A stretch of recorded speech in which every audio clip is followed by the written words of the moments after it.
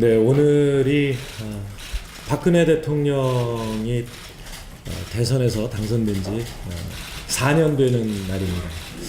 그런데 그 의미보다 이 국민에 의해서 또 국회에서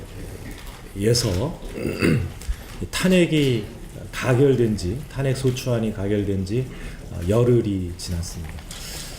열흘이 지났음에도 불구하고 아직도 박근혜 대통령께서 국민의 뜻이 무엇인지 겸허하게 수용하기보다 자신의 이 정당함을 강변하고 있는 것은 참으로 안타까운 일이 아닐 수 없습니다. 이번 이 탄핵에 이르는 과정을 보면 이것은 세간에서 이야기하는 촛불혁명 이렇게 표현을 합니다만 이것은 우리 역사 속에 면면이 이어져 온 민주혁명의 계를 잇는 그런 정말 중대한 사건이다 이렇게 이야기를 할 수 있습니다. 4월 민주혁명 그리고 5월 광주항쟁 또 6월 시민항쟁 이를 이어받는 12월 촛불 민주혁명이었다 이렇게 이야기를 할 수 있습니다. 그러나 그 성격을 놓고 본다면 그것은 시민주권혁명이다 이렇게 또 이야기할 수 있지 않을까 싶습니다. 우리 국민들은 민주주의가 위기에 처해 있을 때마다 이 모든 것을 벗어 던지고 이 거리로 나와서 이 잘못돼가는 민주주의를 바로잡아 주셔왔습니다. 60년도에도 그랬고 80년도, 87년도 그리고 2017년에 그런 큰 일을 해내신 겁니다. 한마디로 말해서 민주공화국이 위기에 처해 있을 때 이 위기에 처한 바로 박근혜 최순실 국정농단 게이트에 당해서 우리 국민들께서는 시민 촛불 혁명으로 이 위기를 구해주시고 또 앞으로 우리 대한민국이 어떻게 새로운 나라가 되어야 할까라고 하는 그 방향을 가르쳐 주고 계신다 이렇게 생각합니다. 그래서 저희는 이렇게 국민들께서 보여주신 그 뜻 그리고 앞으로 우리 대한민국을 제대로 된 국민주권의 나라 또 제대로 된 민주공화국으로 만들어 나가는데 앞장서야 한다 이렇게 생각합니다. 우선 그것을 위해서 저희가 우리 국회가 해야 할 일들을 좀 정리를 해보았습니다. 이 민심의 명령을 단기부터 또 중장기에 걸친 단계적 개혁 입법으로 추진해 나가겠다는 말씀을 드리고요. 그것을 위해서 우선 시급한 2대 당면 해결 과제 그리고 7대 단기적 과제 3대 중장기적 과제로 구분을 했습니다.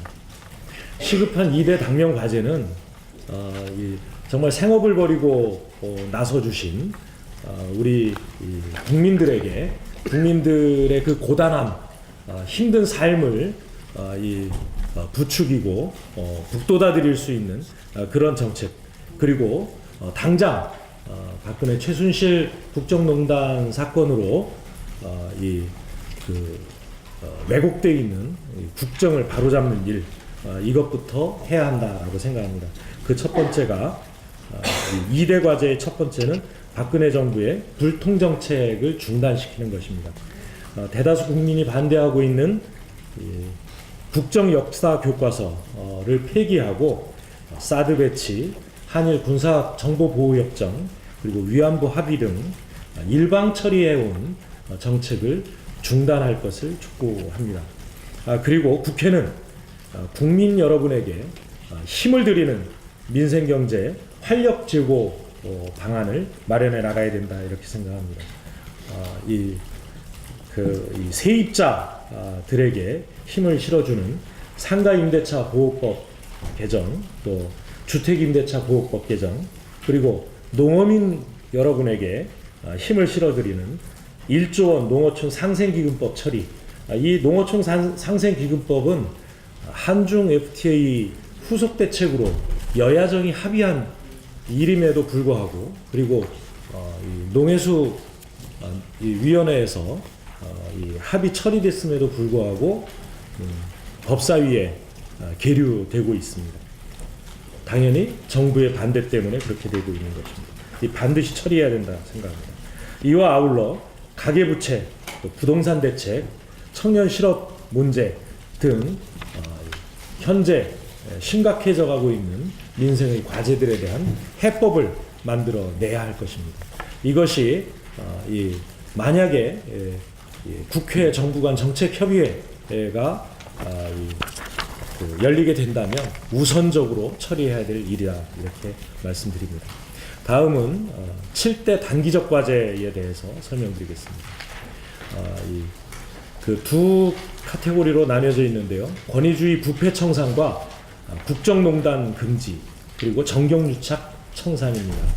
먼저 권위주의 부패 청산과 국정농단 금지에 대해서 말씀드리면, 박근혜 최순실 게이트 바로잡기를 위해서 박근혜 최순실 과거 그 재산 형성 과정에 대한 부정 비리를 진상 조사하고 부정 축제 재산을 국고 환수하는 국고 환수 특별법을 제정하겠습니다.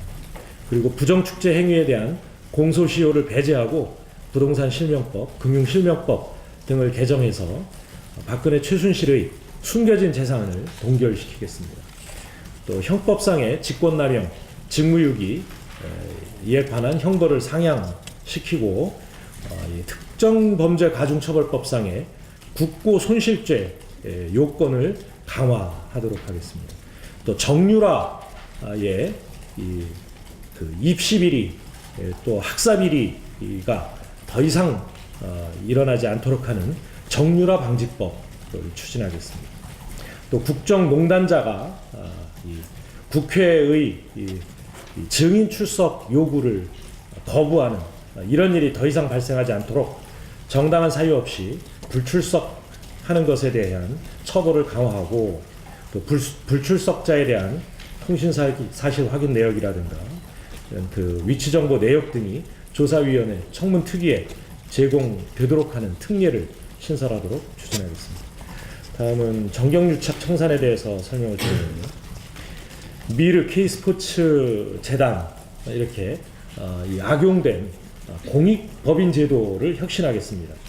이것은 이미 설명드렸던 것처럼 시민공익위원회 설치라든가, 또 공익법인에 대한 정기적 회계감사, 또 공익성 준수감사, 그리고 공익법인의 사업보고를 일반에 공개하는 것을 의무화하도록 하는 그런 절차를 만들겠습니다. 또 정경유착의 카르텔 구조를 제거하기 위해서 정경련 해체, 또 언론장악 방지, 그리고 공수처 설치 등 검찰 개혁에 나서겠습니다. 또 경제민주화를 지속적으로 추진하겠습니다. 이미 우리 당에서 우리 옆에 계신 최운열 의원님께서 경제민주화 TF를 통해서 만들어 오신 주주대표 소송제 도입이라든가, 또 공정거래위원회의 전속고발권 폐지 등과 같은 경제민주화를 지속 추진해서 재벌의 구조 개혁을 단행하겠습니다. 또 아울러서 예산, 법안에 대한 영향평가제 도입이라든가, 또 대통령, 정부 강요의 일정을 의무적으로 공개하는 제도를 만들겠습니다. 다음은 3대 중장기적 과제입니다. 이 중장기적 과제는 우리 그 대표께서도 촛불 시민혁명과 관련해서 말씀을 하셨습니다만, 이제는 시민 여러분의 이 권리를, 자유를 지키고 강화하기 위해서 시민 권리 장정으로까지 이 입법 과제를 확대해 나가야 한다는 그런 취지에 따라서 그 계획을 세웠습니다. 첫 번째는 시민 자유의 확대입니다. 시민 자유법을 제정해서 정치 권력, 또 특정 동원 세력, 또 시장 권력, 소위 재벌로부터 시민 사회를 지키고 시민의 권리와 자유를 지켜나가겠습니다. 국가기관의 민간인 사찰에 대한 엄중 처벌, 그리고 최근 문제가 되고 있는데요. 촛불 시위라든가 집회에 금전을 제공해서, 금품을 제공해서 동원하는 매수를 통한 집회 시위 동원 행위를 처벌하는 법률을 만들겠습니다. 이렇게 된다면 소위 말해서 우리 공론의 장이어야 될 광장을 금품을 동원해서 장악함으로써 자유로운 시민들의 발언 권리를 침해하는 이런 행동을 철저히 차단하도록 하겠습니다. 또 아울러서 이 혐오 표현, 증오 범죄에 대한 이 처벌도 강화하는 것을 추진하겠습니다. 또 그리고 시민의 정치 참여를 확대하겠습니다. 시민의회법을 제정해서 국회나 지방의회가 이 공공 갈등이 예상되는 사안에 대해서 국회의 결정에 따라서 시민들로 구성되는 민회에 그 의견 개진 및 심의 의결권을 보장함으로써 시민들의 대의 정치에 대한 참여권을 부여하도록 하겠습니다. 또 국민 소환 제도를 도입해서 지금은 지자체장에게만 적용되고 있는 주민 소환 제도를 대통령과 국회의원 등 선출직 공직자 전원에게 확대하는 방안을 추진하겠습니다. 또 그리고 공직선거법 개정을 통해서 선거권을 18세로 인하하겠습니다. 최근 우리 촛불 집회에서 중고등학생들의 그 발언을 보면 우리 그 고등학생들이 정치 참여하는데 아무런 그 부족함이 없다 이렇게 생각합니다. 그리고 세 번째는 시민 경제의 활성화와 포용적 성장입니다. 이 사회적 경제 기본법을 통해서 이 시장으로부터 퇴출되는 그 시민들의 자구적인 활동, 경제 활동을 보장하고 그것을 통해서 시민 공동체가 이루어질 수 있도록 하겠습니다. 또 포용적 성장 촉진법을 통해서 대중소기업 상생협력 방안을 산재되어 있는